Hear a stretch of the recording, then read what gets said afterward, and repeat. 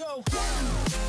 Hello everyone, Crash here, this RTA Motorsports, and today we're going to be installing my new W rails from the Float Life on my Onewheel GT. Here we go.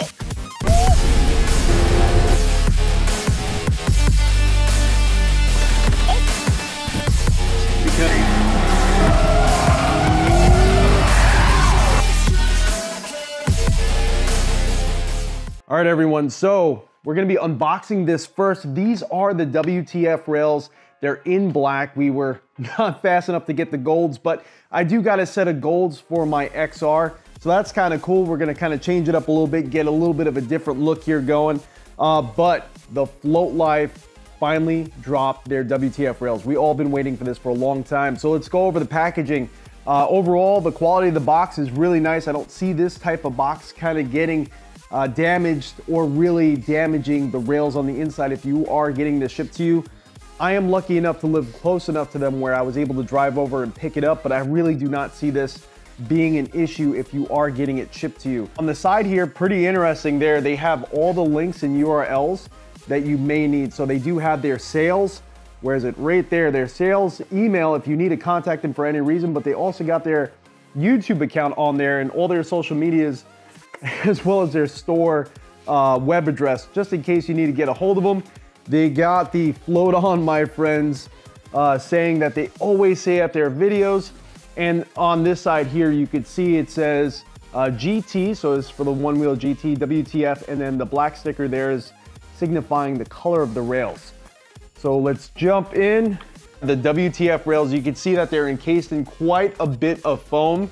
Again, I don't see these really getting any damage unless something happens to the top of the box, but the few people that I know that actually received this through mail, they didn't report any issues whatsoever. They said their rails were perfectly fine. Okay, for the uninstall, there's a lot of really great videos out there to take a look at. Like Carve Creative actually made a very good video in depth with some issues you may run into. I would suggest taking a look at that video there also, and really kind of getting an idea as to what you're about to run into. I don't suggest using power tools to remove or install, and if you are going to use power tools, just be very careful as to how much torque you're applying, so that way you don't strip anything out.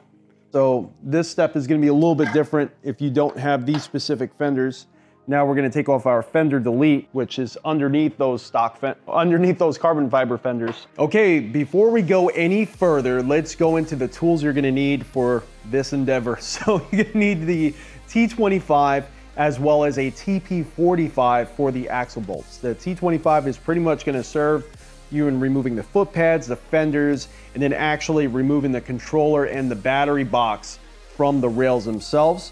TP45 is just for the axle bolts themselves. So you're going to want to make sure that you have those on hand. You need some sort of hand tool for the T25 and definitely a ratchet to break those axle bolts loose and for tightening them back up. You're going to see me using some power tools. You definitely don't need them if you are considering using power tools. These rails are very prone to stripping. Be very careful to not strip the rails. So you're going to want to lower your torque setting down. You're also going to see me use a torque wrench. So you don't necessarily need this, just Carve Creative recommended when they did their install video, which I recommend you go and watch, that they set it to 20 foot-pounds and they put a little thread locker on there. So I'm going to do the same, right? But yeah, let's get going and let's continue this video. You're going to notice on the front, you're going to have these really small screws here, and we're also going to see those in the back as well. Oh, my battery's dying. You're going to need to remove 10 screws from the underside. All right, so one thing I want to show you with the bumpers, again, that there is a few different size screws you're going to have to pay attention to. Really make sure that you're reinstalling them in the right spot. Look how small that is. Got that little guy right there, and then you have that longer one there. And you have to really make sure that when you're installing them, you're putting them exactly where they came back to. Now that rear bumper, the rear bumper just lifts off. The front bumper has to slide up. So you got to make sure that you feed all the screws out. The rear one, just make sure that they're all loose and then you can just lift it right off. That front one slides forward. There we go. All right, so I'm gonna go grab a vacuum, clean this up real quick. We're gonna get the last few screws off to take off the foot pads, and then we're gonna really start getting those rails off. 4 more screws left. Again, T25, and it's 2 on each side for the foot pads. You wanna just keep a hand underneath, make sure you're supporting it. There we go. And while I have this upside down, I'm gonna remove the foot pad plug. And what you're gonna wanna do is you're gonna wanna make sure you either use the tool that it came with, or you could use your hands. Just spin it till it unlocks and you'll feel that actual barrel getting loose. Okay, so I just wanted to show you, this is right here. This is for your foot pad here. So what I did was I turned, you see this part here that I'm wiggling back and forth? I turned that all the way to the left until it became loose where I could actually move it around. Once you could actually move it around, now you just slide the actual plug out, straight out. Let's see if I can do this one-handed. There we go, just straight out. And it is keyed, so it only goes in one way. And once we remove that, we are going to then move over to this one here, and we're going to do the same thing. I'm going to take that barrel connector, I'm going to turn it all the way to the left, and you see now it's loose and it's moving around. And this is the motor plug here. And then next, let's see, we're going to try to remove this one-handed. All right, it's pretty much disconnected. It's just, there we go. All right, we got it. We got it. So you can see the end of the plug there. This part here, when you go to tighten it, you're gonna wanna just make sure you feel a click, but we'll go into that a little bit more later. So now we have the foot pad and the motor plug removed. When you removed those last 4 screws, 2 on the front, 2 on the rear, to remove the foot pads completely, I'm just gonna take the foot pads, we're gonna put them out of the way. Now we're gonna flip the board over and we're gonna unscrew the 8 screws, 4 in the front, 4 in the rear that are holding the controller on the front and the battery box on the rear. All right.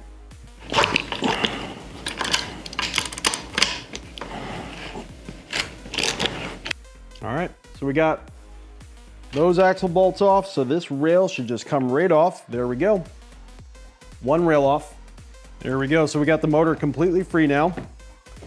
And we have the last rail and controller and battery still connected here.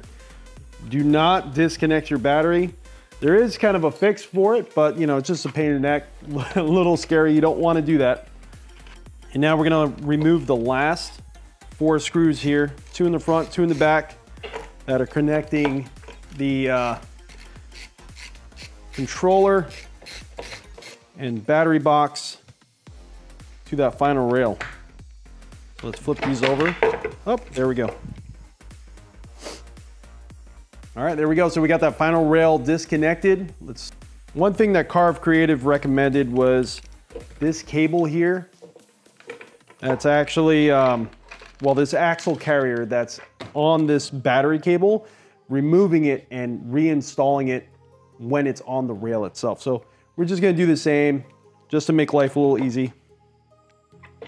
There we go. Battery module and the controller module. Here we go, we got the first rail out and we're just gonna start putting some screws back in. Let's get this controller nailed down to this rail. Okay, one thing to keep in mind too is that the rails are side specific. So make sure you're putting the right rail on the right side when remounting your rails. All right, one thing you're gonna notice is that battery cable, it is pretty tight.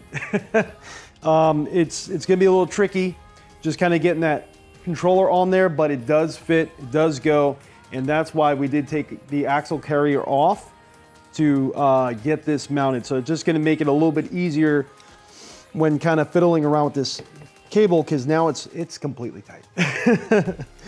But now we're just gonna feed that cable through this here, and then we'll get that, or get both screws kind of tightened down. So it just made life a lot easier. So let's flip this over.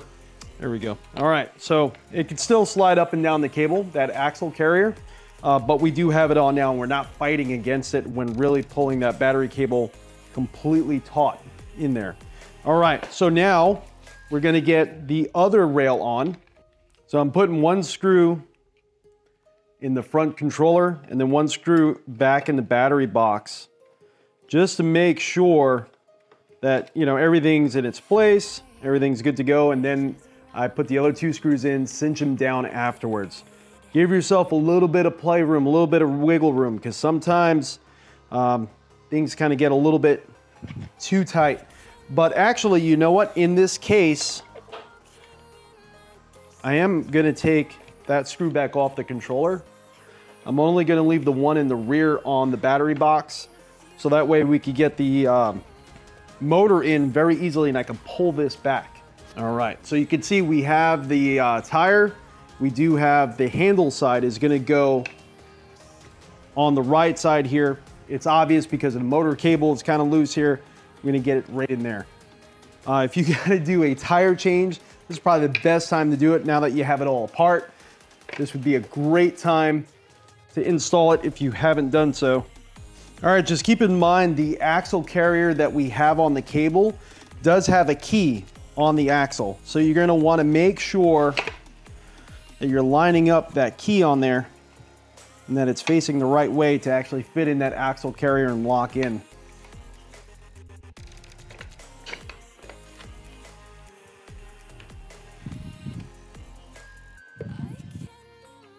Okay, so I'm gonna loosely kind of drop some of the axle bolts in just to kind of get things a little bit held together, help me out kind of line things up a little bit.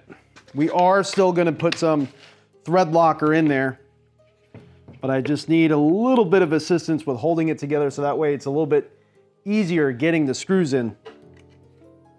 Okay, so let's go over this one piece that I installed here, and this is an option that I got with my rails from TFL, and this is the motor cable retention as well as air tag holder. So there's an air tag that's sandwiched in between the rail and this device here, which is freaking phenomenal. So you would have to take the board apart to even try to get to it, but I'm assuming I'm installing it correctly. I don't see any instructions on how to do it, but it's also gonna help kind of hold the motor cable from coming out because it's gonna screw in here, so it's gonna be in place, fixed, as well as it's kind of putting pressure on the motor cable to be retained within the controller.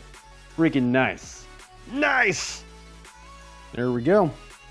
So we do have the motor cable reinstalled. There's not a whole lot left to do besides really just get the bumpers and the foot pads back on. So we're pretty much almost down to almost down to the last few things to do. And let me just get these back on. All right, so we got the rails on. The last screws are cinched down. So we are pretty much ready to go with putting the foot pads back on and really just kind of getting everything buttoned up. So let me grab the front foot pad here. Just gonna get some screws on to kind of hold it down a little bit. And yeah, let me just go into why I went with the W rails. Well, kind of goes back to my XR. My XR, I had W rails on there and absolutely loved how it felt, how stable it was. Of course, I was always interested and still very interested in like the tech rails, lightning rails, tail rails. There's so many different rails out there, and that's the awesome thing is there's so many different options as to what you can do with these boards. So many different things of customization. It's absolutely insane. But in my case, the Float Life is a local company. They're local to me, and you know, I've met them many times. I'm not like I'm not a skateboarder. I owned a skateboard when I was in junior high and failed miserably. I never was able to do it. I don't know. I'm not really like the demographic of a skater necessarily, although I always loved watching it back when it was on X Games and everything like that. But every time I've gone to the Float Life and been in there, met everyone in there, they've always been super welcoming. They are a local company to me, so I do want to support local business. And that's why I was waiting specifically for the W rails. Nothing against any other rail companies, just, you know, I've met the guys that own this local business and That's kind of where I want it to go. And yeah, after owning the W's on my XR, it's like, you know, how could I go wrong, you know? But let's flip this over. Let's get this finished up. If you don't have the tool, your foot pad sensor, it's not the end of the world. I've been doing them by hand for a little while now, and it just takes a little bit of clamping force, but it's really not that bad. You could put them on, take them off with your hand. Maybe if it's brand new and it's the first time you're removing it, it might be a little bit tight to get off, but so when you're putting thread locker on, and I know Carve Creative covered this, and I was happy to see them cover it, because in the automotive world, you see mistakes like this all the time. You just want to make sure you're only putting a little bit. You don't need a lot. So just a little drop, and put it on the very forward edge of the threads, the part that's actually threading, not towards the back, which will never get in the threads. All right? Don't need a lot. I've seen people squeeze a whole bottle out. You don't need to do that. Just a little bit, just a little drop. I'm just gonna get them cinched down. On this side, we'll take the other side back out, get some thread locker on those. I'm gonna set this to 20 foot-pounds. If you have a digital one, you're just too fancy. It would make it a little bit easier, I guess. Okay, so I ran out to my garage real quick and cut my stock fender delete to actually 2 pieces here, so that way I can mount my fenders back again. Your stock fender delete will not fit on these W rails because of that hump in the middle there. Is not gonna obviously allow a flat piece to mount on there properly. So I cut the 2 ends, and yeah, I think it's actually gonna work perfectly. So we're gonna get the stock, not the stock fenders, my tech rail fenders cleaned up and installed, then we should be good to go. Okay, so actually ran into a little bit of an issue here, and maybe I could fix it at a later time with some shims or anything like that. But because of the angle, I believe it's 3 degrees of angulation between the front and the rear, it actually was just enough angle to bring the fenders up against the tire. So right now, that rear fender, if I cinch down the front fender is gonna be right on the tire itself. So we're gonna leave those cut fender deletes that I made on there just to kind of keep things clean. But we are gonna be removing the fenders. So we're gonna be running fenderless for this setup here until we figure something out. I think if I maybe 3D print some shims just to kind of bring that angle back, because these screws are definitely long enough, that will be perfect. So more to come at a later time if you want to see that. But also I think TFL is probably going to be making their own fenders too, if I had to guess. So we might end up going that way too. Who knows? All right, let's cue up those beautiful shots.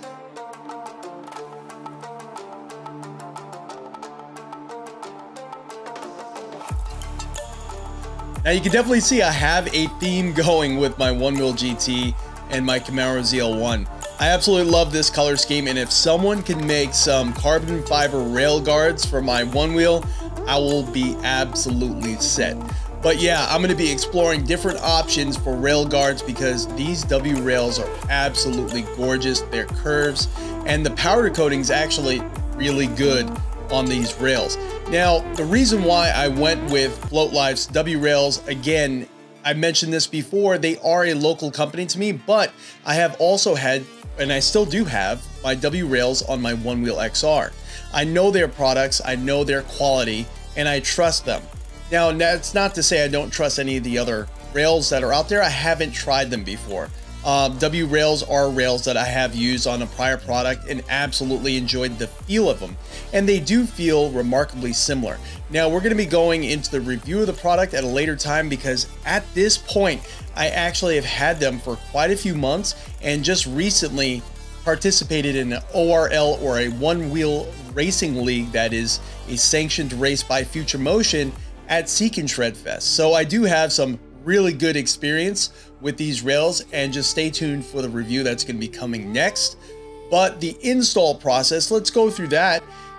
Install was straightforward and easy. It's really not much different than taking the stock rails off and putting them back on. besides the battery cable is a little bit tight, so there's some things that you have to just be aware of. Now, there's a lot of professional videos out there from pro installers and shops like the Floatlight themselves and Carve Creative and others. I highly suggest that you look at those videos and really just try to get some little tips and little tricks to installing these rails, like the one that I mentioned from the Carve Creative about that battery cable. Try to watch those videos and just see what you could get from those, so that way you know what to expect before you install. And I feel like watching those videos, getting the information just makes the installation process an absolute breeze.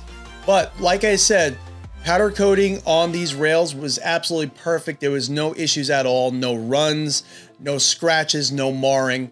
Also the screw holes, every once in a while when you have a third-party product, you expect that there's going to be some sort of defects. Sometimes screw holes could have extra pieces of aluminum, or if it's powder coated, like in the case of these rails, you know, I would expect that maybe one of the screw holes is going to be a little bit packed with powder coating.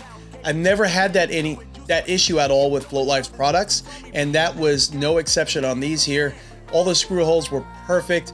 I didn't have any issues with any of the screws binding or any issues with installing anything on there at all. Everything just fit great. Okay, so as far as fit and finish, A+. Really, I had zero issues at all. These rails look great and they fit great. But as usual, I need to say it, sim racing is not going anywhere. And we do have a product here that I picked up on Prime Day, the Ryzen 5800 X3D. I do have a Ryzen 5900 in my PC, and on my last VR video that I did, you can see the Quest back there, I was told that my PC is probably CPU limited. We're gonna be using this powerhouse of a CPU to see if maybe we can increase the frame rate at all. Of course, we're gonna be doing our whole gamut of VR as well as single screen and triple screen benchmarks in sim racing titles to see if it even makes a difference. If it makes no difference, this experiment, we'll find out during this experiment.